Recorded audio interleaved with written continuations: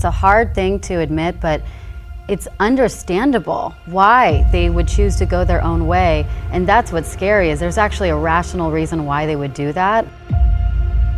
Men going their own way. And you can think what you want about it, but this is a really big problem for women, for us, for our future, for families, for you to find a partner. If a population of good men are walking away because they're fed up with women. If you're being told all your life that you are bad and wrong just for being a man, and that you have toxic masculinity for being a man, and that, you know, women, there's this famous expression that, you know, a woman needs a man just like a fish needs a bicycle. And that men are basically useless. And that men are terrible, and that, you know, women are superior.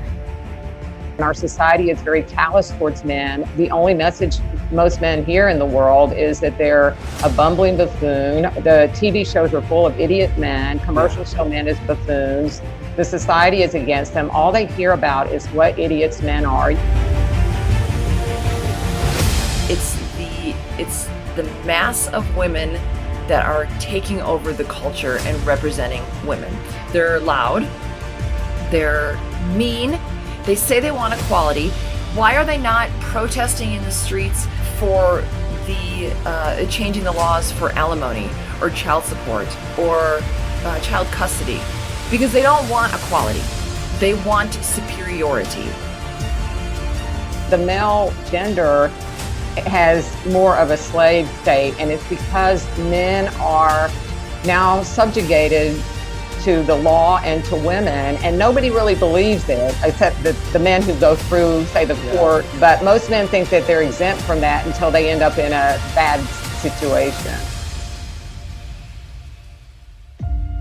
So for a lot of the men, and a lot of them have gotten screwed over in terrible relationships and divorces, and gotten their kids taken away from them. So it's an understandable response. In the United States of America, as a man, you can't speak up.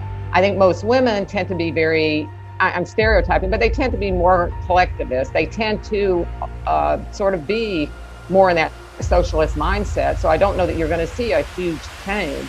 I think the change will have to come from men. The lives of women will not change until the men get the opportunity to also examine and define and change their lives. In many ways, I sometimes think that the 20th century was the century where the women made all these massive changes, and the 21st century will be the changes that the men will make, partly in adapting to the changes that the women have done. And those men are doing something about it. They're saying, you know what, I'm done with this.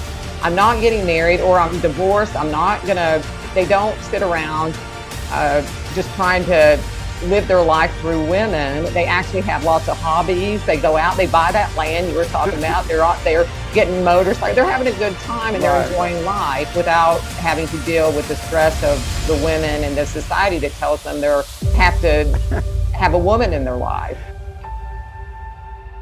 How would you feel? I mean, you know, you're not going to feel that attracted to a woman or care to be loving towards her or romantic towards her.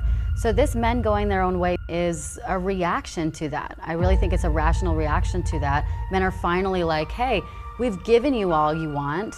You know, you are equal in every way, and then you're still shaming us.